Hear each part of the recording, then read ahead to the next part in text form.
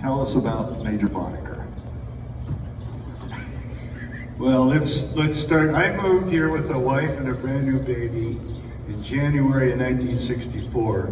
I went to school about 60 miles north of here at South Dakota State University. It was perfect for a gun. You could look out the bathroom window and shoot pheasants.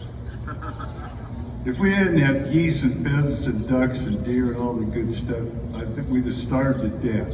My take-home pay was $198 a month before deductions. So it was a great place to go to school. I used to kid people about it. You know, they say, well, where are you from? Well, I'm South Dakota, and I graduated from the Harvard of the Midwest. And it was a great place. I didn't want to leave, but it was hard to find a job. So we gave it up, went to Kansas, and then went from there. A lot of the basics of what I learned about trapping and predator calling is right here. And you know, the critter calls I made the prototypes for those here in 1967, when I was tired of using other people's calls and minus 30 below zero hunting fox. There were fox everywhere. It was right at the end of the soil bank thing, and I swear there was fox everywhere. Man, we had such a ball with that. I promised my wife a fox coat. Well, I said when fox, you know, if they don't get more than $6.50, then we'll get your coat. So we got started up, and the price went up to $7.50, and she never got a coat. So, you know, we've been married, what, 60 years now?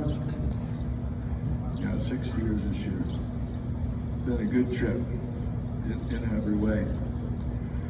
You know, I was thinking about this, and I thought, well, what can I say in like 5 or 10 minutes that it means something to you guys? That basic things that I've learned.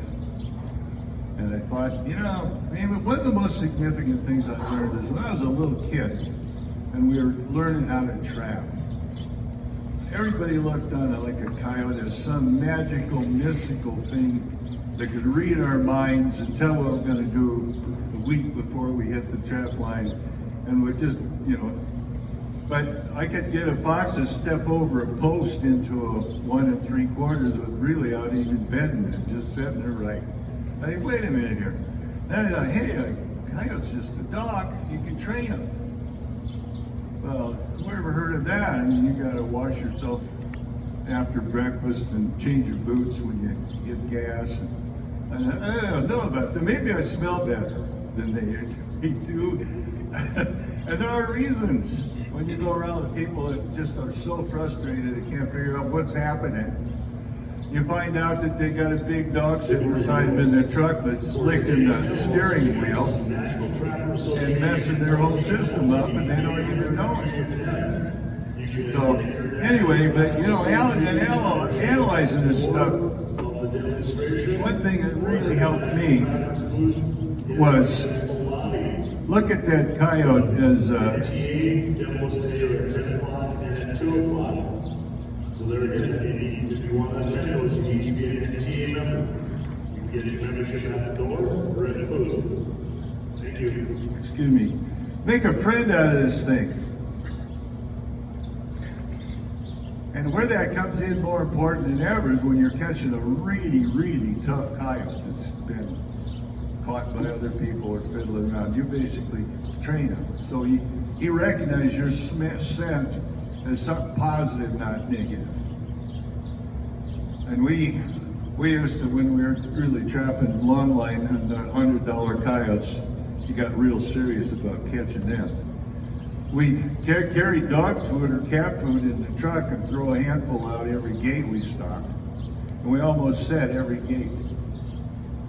And they're because basically waiting for us. And when we did that research for the USDA, on USDA money, testing lures and baits and stuff like that, you know, we answered a lot of questions we had in our mind. Well, does a bait get old? Well, not if it's good. They come to it just like going to a blizzard at the Dairy Queen.